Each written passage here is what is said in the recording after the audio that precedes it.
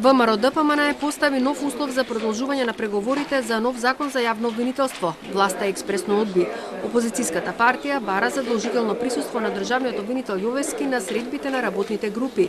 Како аргумент ја посочуваат изјавата на Јовески дадена минатата година во декември, во која тој вели дека она што е неопходно е носењето на нов квалитетен и издржан закон, а не решение кое ќе биде резултат на дневно политичко договарање. Сметаме дека во присуство на обвинителот Јовески ќе биде целисходно учеството на секоја работна група која што има за цел да направи закон кој што нема да биде критикуван од државниот јавен обвинител, како што тоа го направи Јовески за овој предлог закон во декември минатата година.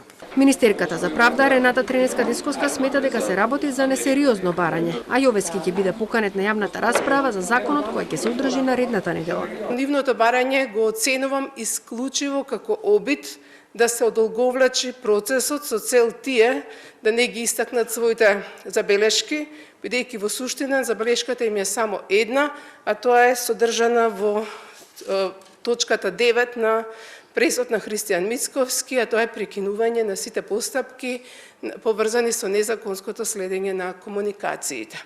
Јовески ќе ја прифати поканата за јавна расправа, но не ја активно учествува во преговорите на работните групи. Во делот на политички разговори во постапката за донесување на законот на јавниот обвинител на Република Северна Македонија не му е местото да учествува во вакви расправи.